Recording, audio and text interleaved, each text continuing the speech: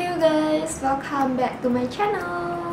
Sangat cringe sih pembukaannya. Dulu itu kalau misalnya ada orang YouTuber yang mukanya selalu halo welcome to channel, aku sangat cringe sekali. Dan sekarang aku melakukan. Oke. Sebenarnya tadi itu aku berencana untuk rekam Q&A ini di sebuah taman dekat tempatku. Halo semuanya.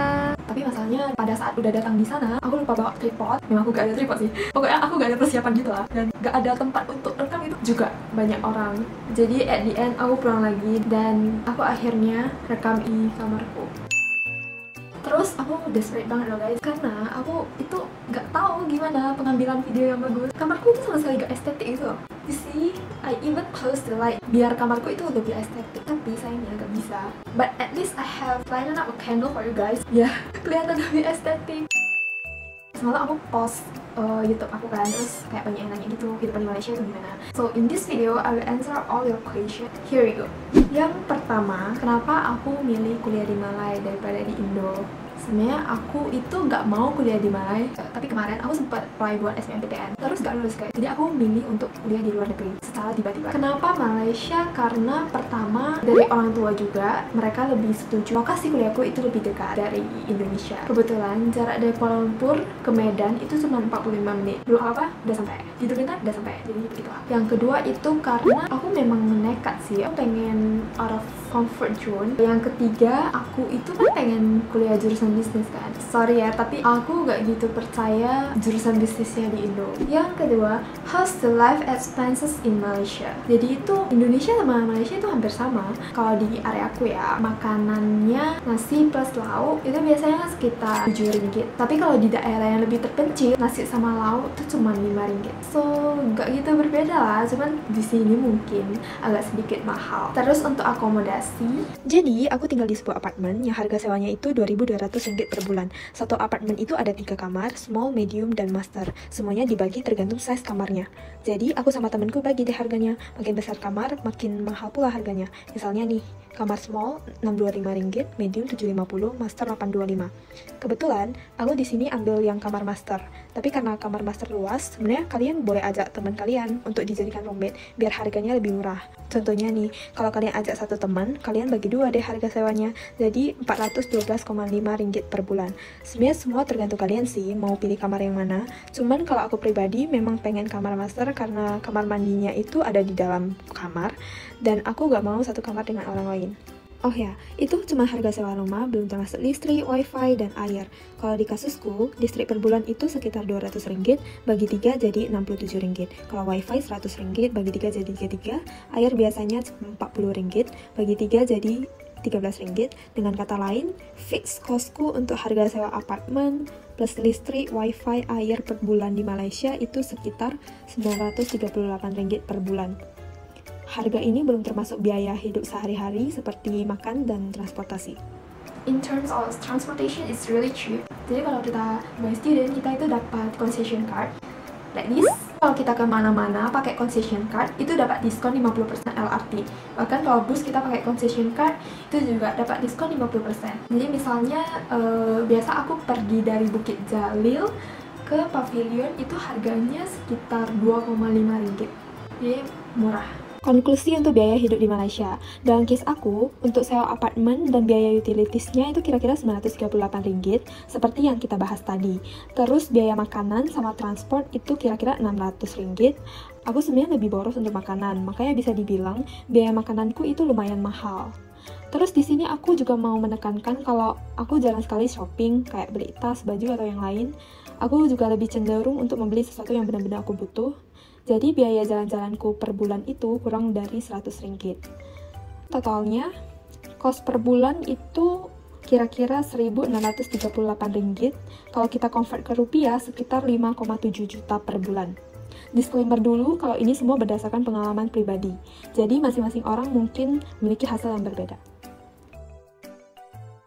Terus yang ketiga, cara lapangan apa aja yang ada di APU selain yang ada di video.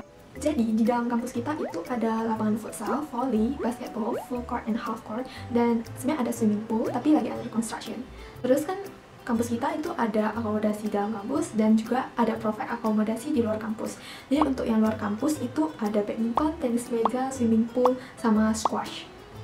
that is according to my friend Justin Louis Halim. Jadi dia itu ambassador. So for more information about how to apply to APU, or you want to ask something more detail about APU, you can contact him here.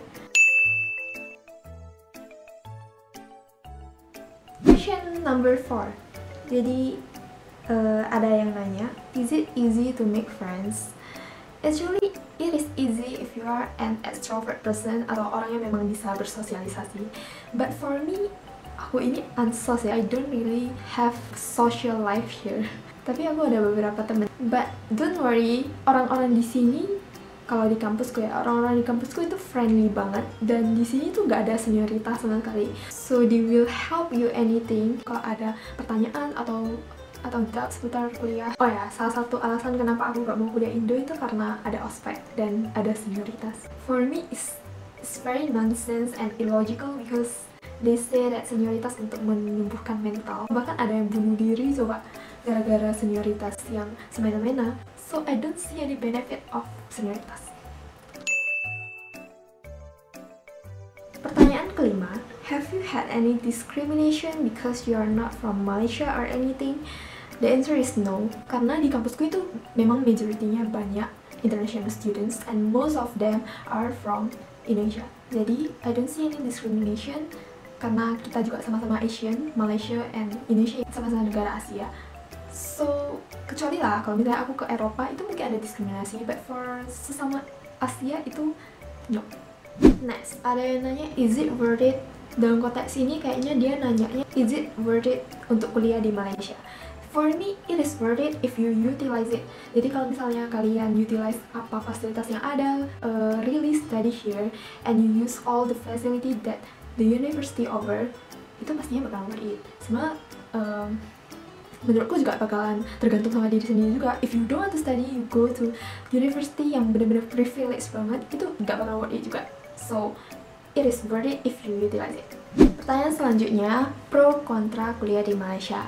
Pro, yang pertama, aku jadi lebih open-minded. Mahasiswa yang keluar negeri, expose gitu loh ke dunia luar. Dan mau tidak mau, mereka juga harus adjust themselves to fit in a society. Cerita sedikit ya, dulu itu aku nggak tahu sama sekali jenis-jenis provinsi di Indonesia, kota-kota spesifiknya, orang-orangnya gimana. Jadi daily life-ku itu dari bangun, terus mandi, ke sekolah, pulang kan kita selalu dijemput. Jarang sekali aku keluar sama teman, gitu-gitu aja. Pola berpikirku sangat limited sekali. I always think that semua itu harus ada yes or no. Life is just black and white. Itu gak boleh, ini gak boleh. Apalagi kalau di Medan kan ada orang tua ya, gak tau ya, cuman I think orang tua di Indo itu pola pikirnya lebih tradisional. Apa-apa itu harus gini, harus gini, harus gini. Kayak misalnya kita gak boleh keluar malam-malam karena takut disangka bad girl gitu lah. Misalnya kalau kita minum alkohol terus pikir, nih orang, ini cewek pasti gak beres, jangan sama dia, kayak gitu. Terus sampai sekarang masih ada pemikiran kayak gitu. Tapi as time goes by, aku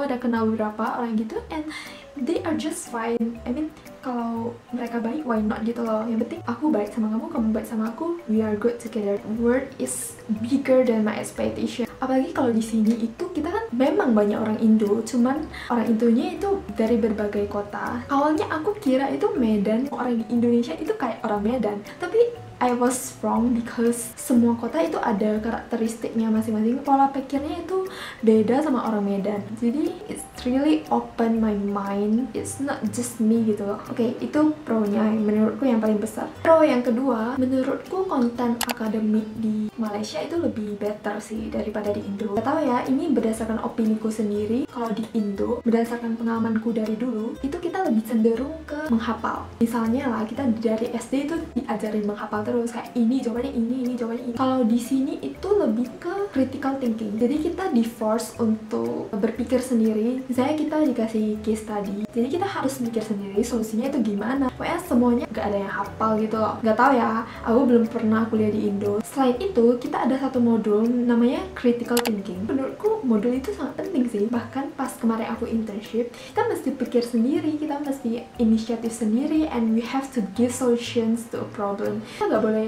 bilang gak bisa. So we have to think independently. Kalau cons-nya, Malaysia itu sama kayak Indo dari segi culture, food, and people bahasanya itu juga hampir sama. Bedanya di sini adalah kita gak ada pengawasan ortu. So if I can turn back time, I would choose to go further. Aku bakalan ke negara yang lebih jauh, kayak ke negara Eropa, biar aku lebih bisa belajar culture yang berbeda gitu loh. Aku gak bilang aku gak belajar apa-apa di sini, but just that the environment is not that different, and so I don't experience any culture shock. Bahkan itu culture shock itu sebenarnya dari orang Indo sendiri. Kan di sini orang Indonya dari berbagai macam daerah kan, and aku culture shock dengan mereka gitu loh, dengan behavior mereka yang sangat berbeda dengan kota asalku. But anyway, I met amazing people here, so again, everything happens for a reason. Anyway, that's all for today. Aku takut terlalu kepanjangan, padahal ini udah aku singkat-singkat dan pertanyaan tuh cuman setengah dari pertanyaan yang seharusnya aku jawab. I try my best to cut as much as I can. Kalau kalian merasa video ini bermanfaat, give a thumbs up and subscribe my channel. Bye bye. By the way, ini udah jam 2 malam. Sebenarnya aku buat video ini cepat guys, tapi karena kameraku loh tiba-tiba baterainya habis, so I need to charge it, and then aku buka lagi, terus aku charge lagi sampai 5 kali. So I really admire content creators out there yang bisa buat konten itu banyak banget dan durasinya itu panjang banget. Itu kameranya gimana ya by the way? Ya nggak lowbat apa, or they have a backup cameras or something?